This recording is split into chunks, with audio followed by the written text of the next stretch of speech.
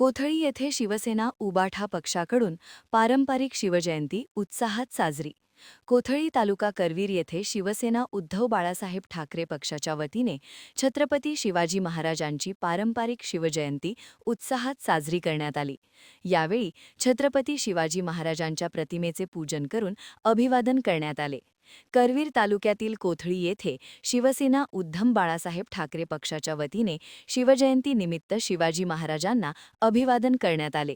कार्यक्रमास शिवसेना करवीर तालुका प्रमुख भरत आमटे, शाखा प्रमुख दीपक बुआ, सामाजिक कार्यकर्ते महेश पाटील व कृष्णाठ मोरे यांच्या हस्ते पूजन करण्यात आले. कार्यक्रमात शिवभक्तांनी मोठ्या श्रद्धेने सहभाग घेतला. यावेळी बँक ऑफ बडोदामार्फत बँक मित्र म्हणून उत्कृष्ट कामगिरी केल्याबद्दल कृष्णाठ मोरे यांचा मान्यवरांच्या हस्ते सत्कार करण्यात आला.